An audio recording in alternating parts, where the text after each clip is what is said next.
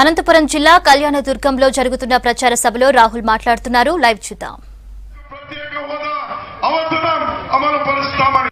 He himself said that he would help Andhra Pradesh build a world-class capital. అతను అదే విధంగా చెప్పినారు, ఒక ప్రపంచ ప్రఖ్యాతిగాంచినటువంటి రాజధాని నిర్మాణం కూడా చేస్తానని.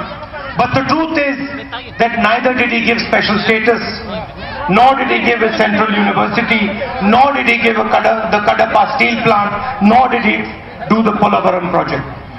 ప్రత్యేక హోదానే కాదు, పోలవరం ఇవ్వలేదు, రాజధాని ఇవ్వలేదు, మరి ఉక్కు కర్మాగారం ఇవ్వలేదు, మోడరేం ఇవ్వలేదు, విభజన హామీల్లో ఏ ఒక్కటి కూడా అమలు పరచలేదు. And we believe that what is committed by the people of India, by the Prime Minister of India to Andhra, has to be given to Andhra Pradesh, and we will do it for you. ఒక ప్రధాని ఇచ్చిన హామీ అమలు జరిగి తీరాలి. ఆ దిశలోనే Congress party పయనం చేస్తుంది. Over the last 5 years, Mr. Narendra Modi has worked to create two Indias. పోయిన 5 సంవత్సరాల్లో నరేంద్ర మోడీ గారు చాలా కష్టపడ్డారు. అది ఏమంటే రెండు భారతదేశాల్ని విభజించినారు. One India for the extremely rich and another India for all Indians.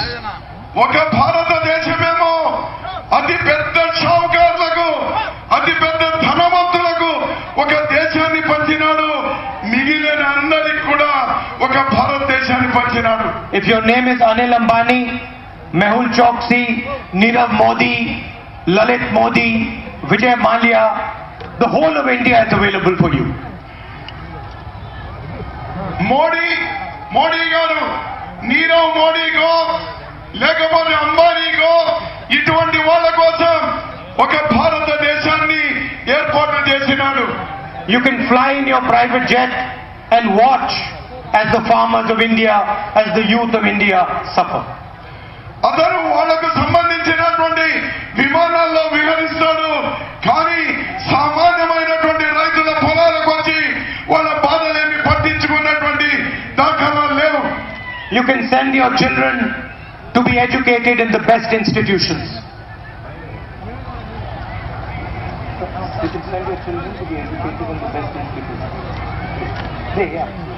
వాళ్ళు ఎవరైతే అతి ధనవంతులు ఉన్నారో వారు ఈ ప్రపంచంలో అత్యున్నతమైనటువంటి పాఠశాలలో వాళ్ళు చదువుకోవచ్చు.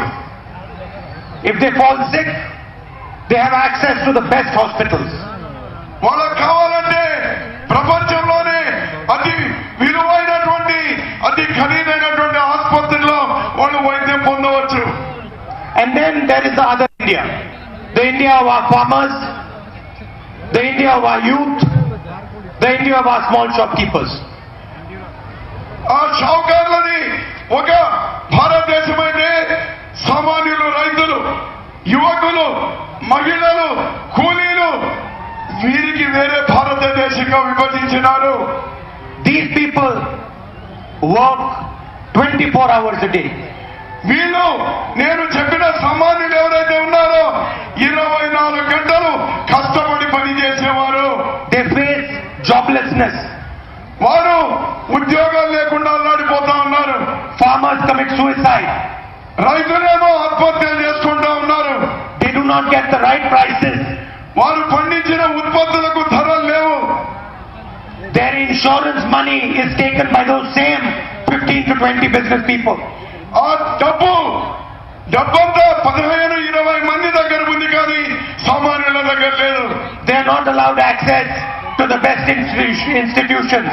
సామాన్యులు మంచి స్కూళ్ళు, కాలేజీలు, ఆసుపత్రులు పోవడానికి అవకాశం లేకుండా పోయింది. Because Narendra Modi is busy privatizing all India's colleges, universities and schools.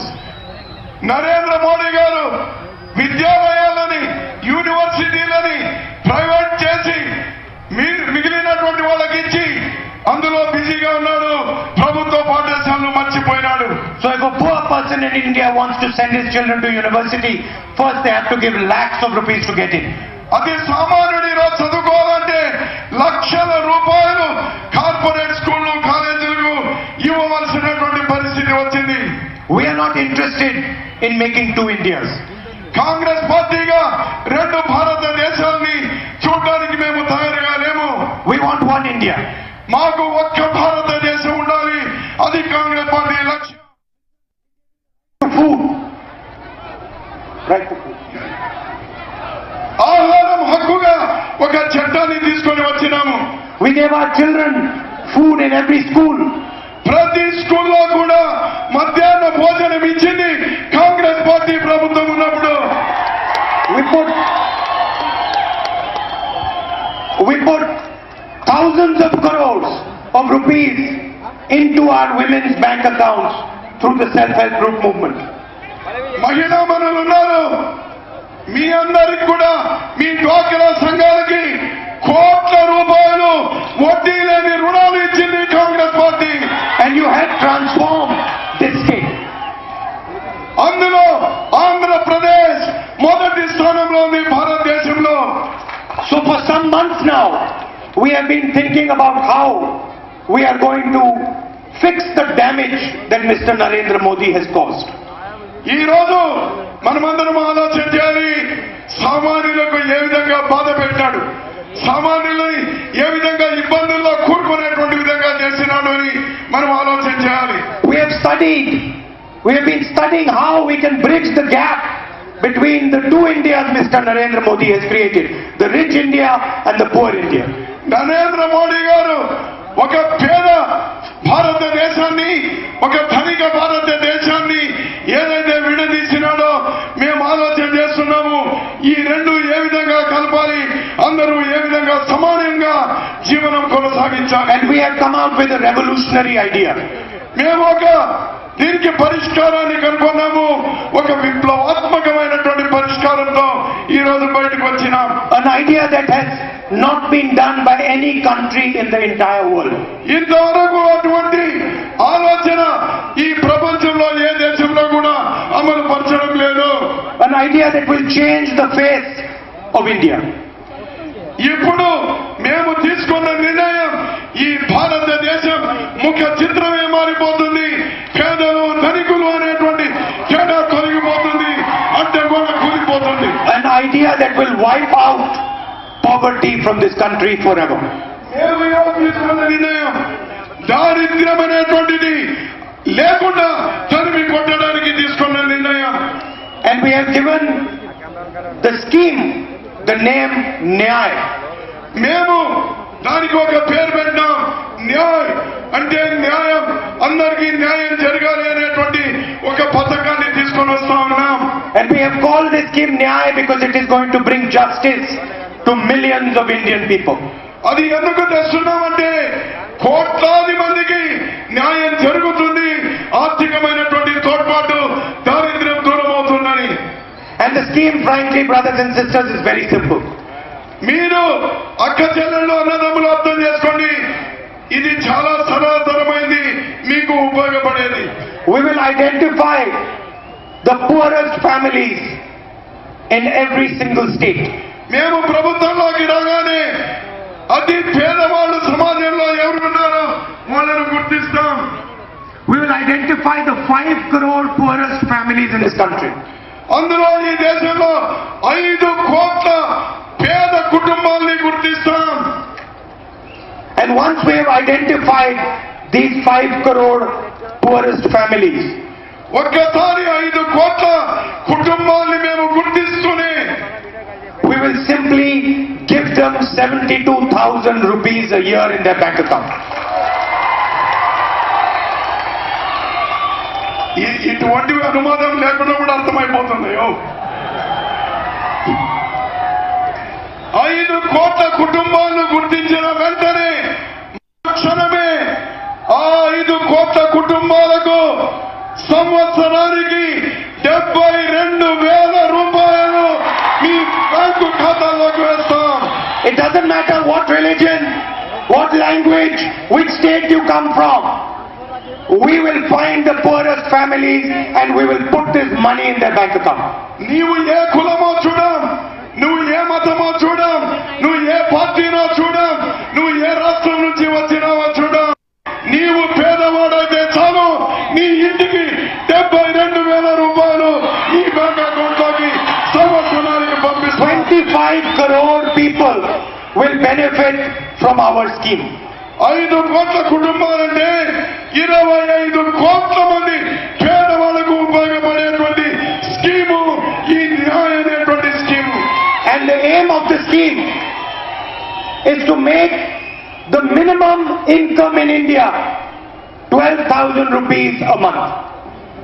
మా ప్రయత్నం ప్రతి కుటుంబానికి ఏ కుటుంబమైనా కానీ కనీసం నెలకు 12,000 రూపాయలు కనీస ఆదాయం ఉండాలి.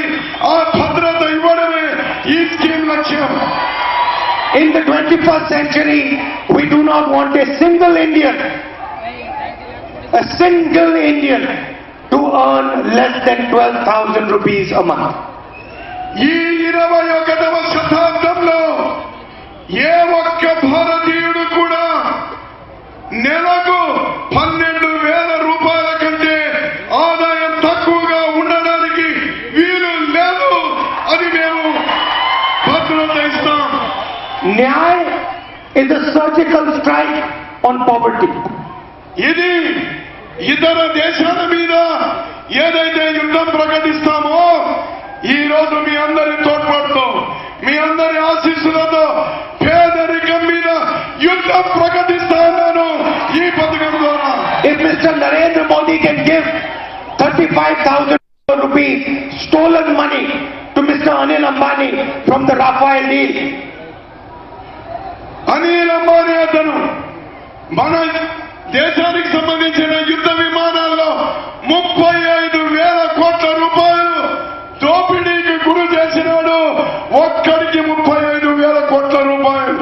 if the chowkidar can give thieves money, అతను అన్నాడు నేను ప్రధాని కాదు నేను కాపలాదారుని. ఎవడైనా కాపలాదారుడు ఇంట్లో దేశంలో 35,000 కోట్ల రూపాయలు దోపిడీ చేసుకొని పోతా ఉంటే వాడిని కాపలాదారుడు అంటారా? if the chowkidar can give money to thieves, the Congress party can give money to honest people. Chowkidar అని చెప్పుకునే ప్రధాని దొంగలకి దోచిపెడతా ఉన్నాడు. కాంగ్రెస్ పార్టీ ఆ సొమ్ముని పేదలకు పంచుతుంది. ఇది కాంగ్రెస్ కు వారికి ఉన్నటువంటి తేడా. Millions of farmers in this country are begging the government of India to help them. కోట్లాది మంది ఈ రోజు భారత ప్రభుత్వాన్ని అడుక్కుంటా ఉన్నారు మాకు సహాయం చేయమని. Family after family has to suffer the indignity of one of their members committing suicide. ఒక కుటుంబం నుంచి మరో కుటుంబం రైతులే కాదు అందరూ కూడా ఈ రోజు కేంద్ర ప్రభుత్వంతో సహాయం లేకపోవడంతో ఆత్మహత్యలకు గురి అవుతా ఉన్నారు. There were recently elections in North India. ఈ మధ్యనే ఉత్తర భారతదేశంలో 3 రాష్ట్రాల్లో ఎన్నికలు జరిగినాయి. And in the 3 states I committed that if the Congress party comes to power, within 10 days we will waive farm loans in all 3 states. నేను అక్కడ ఒక హామీ ఇచ్చిన కాంగ్రెస్ గెలిస్తే గెలిచిన 10 రోజుల లోపల రైతుల రుణాలు మాఫీ చేస్తానని హామీ ఇచ్చిన. And I'm proud to say that within 2 days we waived all the farmers' loans in these 3 states. నేను ఇచ్చిన హామీ 10 రోజులైనా కానీ ఆ 3